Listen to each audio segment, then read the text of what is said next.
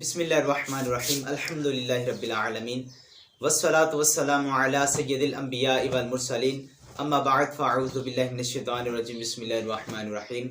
पढ़िए सलातु वस्सलामु अलैका या रसूल अल्लाह व अला आलिका व सहाबिका या सय्यदी या नबी अल्लाह। अज़ीज़ान मोहतरम, आज हम बहुत ही अहम और बहुत ही प्यारा मसला है। लोग इस मसले में बहुत ही गलत लोगों को आगाही करते हैं। आज हम इस मसले पर बात करने वाले हैं कि कब कै से रोज़ा जो है वो टूट जाता है, यानी कि कौन सी कै ऐसी आएगी कि जिससे रोज़ा जो है वो टूट जाता है। अब लोग, अगर एक आदमी को कै आ गई तो लोग दूसरा कह देता है कि जनाब तेरा तो रोज़ा टूट गया। अब यूं आदमी फिर वो सारा दिन वो खा पी लेता है तो अपना रोज़ा जो है वो तोड़ बैठता है। अब ये कहने पर ये इसने गलत मसला उसको बता दिया, उसको पता नहीं कि ये कौन सी कै है, कौन सी सूरत वाली कै है जिसकी वजह से जो रोज़ा है वो टूट जाता है। आज मैं आपको बताऊंगा कि ये मुंह भर कै जो है इसकी तारीफ़ क्या है और कै की कितनी अक़साम हैं। कै की दो किस्में हैं। एक कै होती है कसदन और दूसरी है गैर कसदन, यानी कि आप कसदन वाली जो है और गैर कसदन जो है इसकी तारीफ़ें जो हैं वो मैं बाद में करता हूँ। पहले मैं आपको इसकी तारीफ़ बताता हूँ कि ये मुंह भर कै वो कौन सी होगी। हमें कैसे पता चलेगा कि ये कै जो है ये मुंह भर है। तो इसकी तारीफ़ ये है कि जो कै ऐसी आए कि जिसको आप रोकना चाहें लेकिन वो ना रुक सके, इसको मुंह भर कहते हैं। ये सादा सी मिसाल है, ये सादा सी तारीफ़ है कि वो कै जिसको आप रोकना चाहें और वो रुक ना सके, इसको मुंह भर कहते हैं। आप पहली वाली कै की बात करते हैं जो कसदन है। कसदन मुराद आप ये ले लें कि वो कै जो इंसान खुद करता है या अपने गले में उंगली वगैरह डालकर या कोई और काम ऐसा फेल करके जिसकी वजह से वो खुद अपनी कै लाता है, तो इसको बोलते हैं कसदन। अब कसदन अगर ये कैद थोड़ी है, कसदन अगर कैद थोड़ी है तो इस सूरत में रोज़ा जो है वो नहीं टूटेगा। अगर कसदन जो है जो इसने खुद अपने गले में उंगली डालकर या किसी तरह जो लाई है, अगर ये मुंह भर है तो इस सूरत में इसका रोज़ा जो है वो टूट जाएगा। दूसरी सूरत ये है कि गैर कसदन, यानी कि बिला इख्तियार, यानी कि यूँ सोच लें कि जो खुद ही आ जाती है।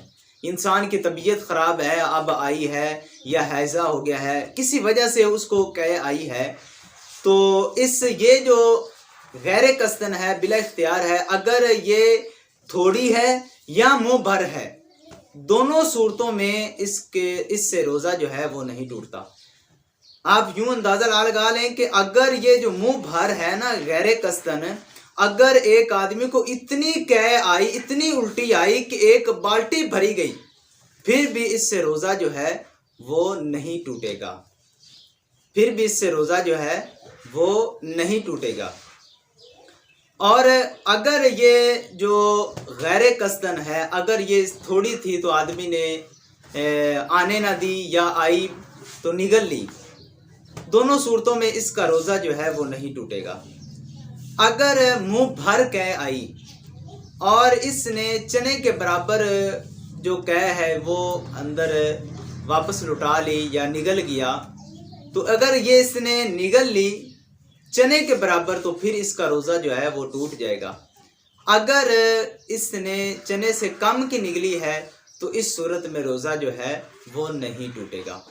अब कसदन का एक मसला ये है कि अगर कसदन जो है, जो कसदन कै है, अगर ये मुंह भर है, ये पानी की है या खाने की है, पानी की या खाने की या उल्टी या खून की है, ये तीन अगर इसको कलर की आई है, या खाने की आ गई है कै, या पानी की कै आई है, या खून की कै आई है, तो फिर इससे रोज़ा जो है वो टूट जाएगा। ये कसदन की है। और अगर बलगम की इसने लाई है तो इस सूरत में रोज़ा नहीं टूटेगा। अगर कसदन की इसने बलगम की आई है तो बलगम की जो है वो मुतलकन इससे रोज़ा जो है वो नहीं टूटता।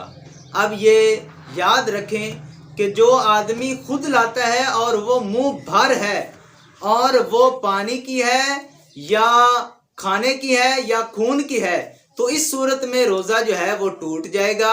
اگر وہ غیر قصدن ہے یعنی کہ بے اختیار آ گئی ہے، خود ہی آ گئی ہے، تو اس صورت میں وہ جتنی چاہے زیادہ آئی ہے تو اس سے روزہ جو ہے وہ نہیں ٹوٹتا، اور بلغم سے وہ مطلقاً ہی روزہ نہیں ٹوٹتا۔ اللہ رب العزت ہمیں عمل کی توفیق عطا فرمائے، آمین۔